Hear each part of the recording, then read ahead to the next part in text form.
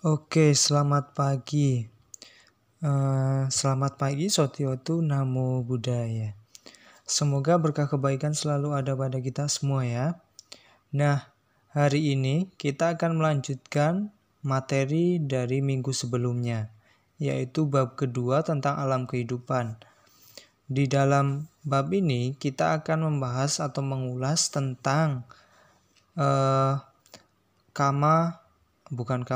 alam kama bumi maksudnya ya, yaitu alam yang masih diliputi oleh nafsu. Nah, kemarin kita sudah melihat atau membuka pembagian alam tersebut. Ada berapa sih isinya? Ada 7 alam bahagia dan 4 alam menderita. Nah, karena minggu lalu kita baru belajar nama-namanya saja, hari ini kita akan belajar mengenai 7 alam bahagia dan 4 alam menderita tersebut. Kita akan mengulasnya lebih dalam lagi dari minggu lalu. Jadi, mari kita mulai lihat PPT-nya atau lihat materinya di next slide.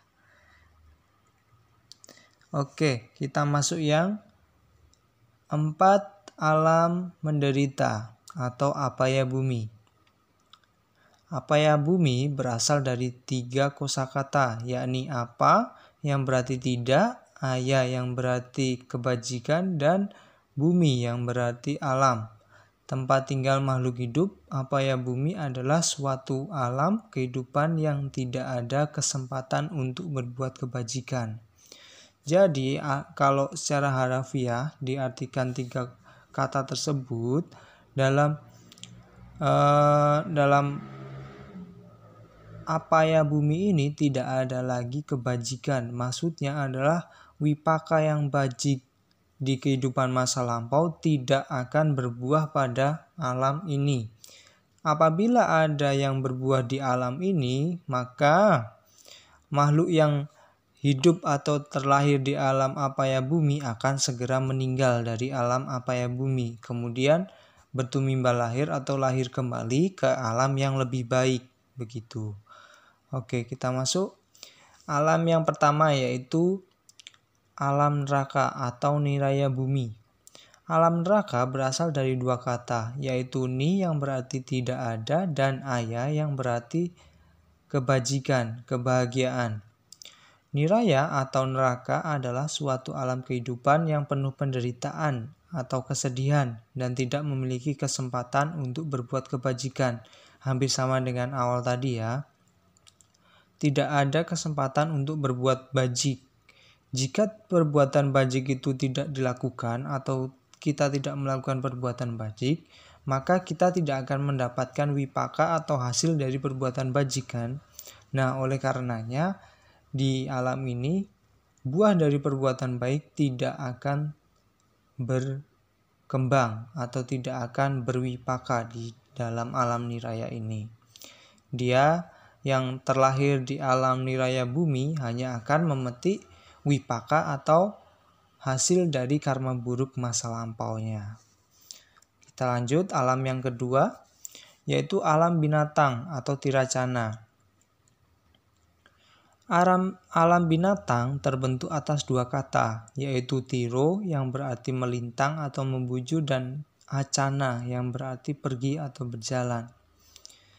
Binatang yang tidak berkaki atau abada seperti ular, ikan, cacing, dan lain-lain. Nah, subpoin yang pertama ini adalah tentang jenis-jenis binatang ya. Kemudian kalau kita bahas pengertiannya, berarti pergi atau berjalan dan melintang. Itu pergi berjalan-jalan gitu tapi hanya untuk memenuhi hawa nafsunya.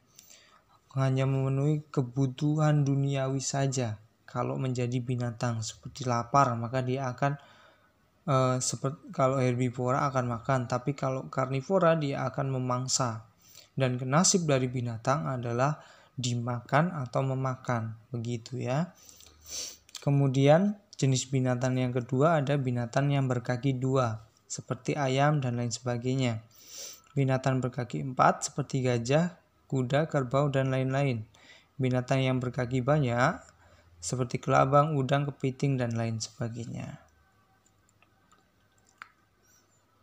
Nah, ini alam peta bumi atau alam hantu, setan.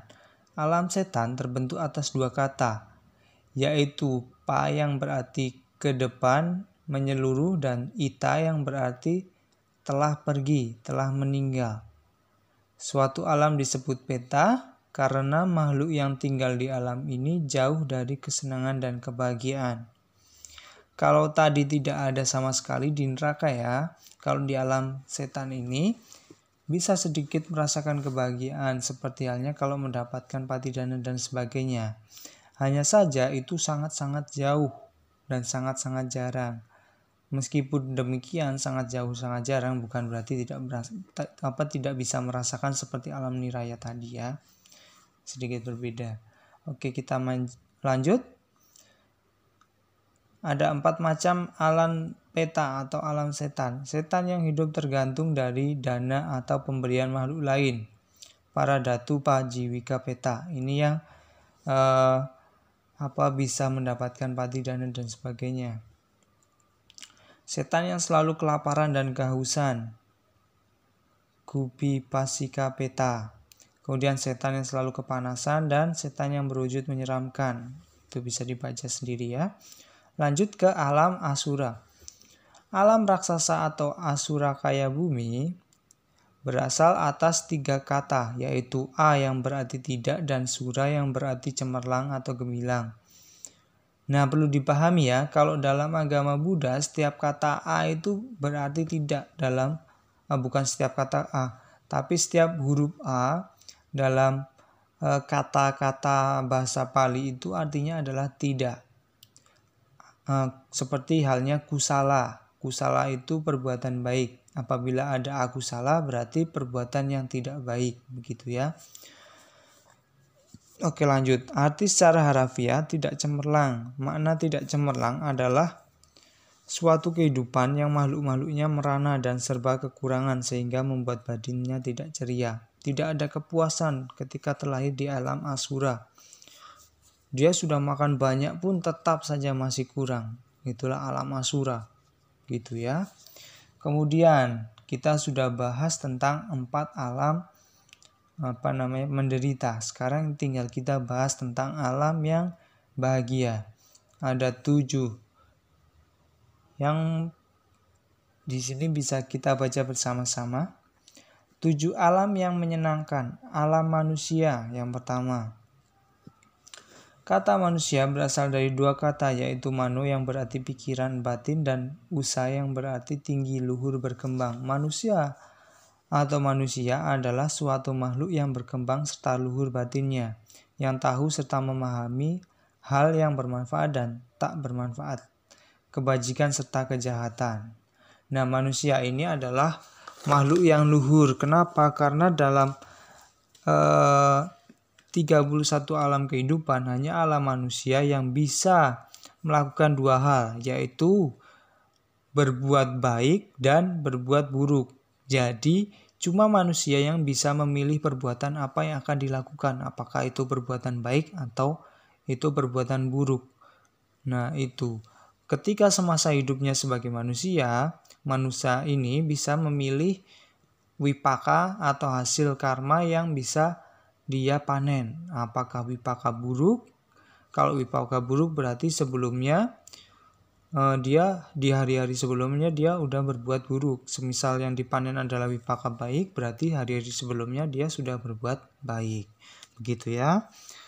Oke, kita lanjut ke alam dewa. Alam dewa ada 6.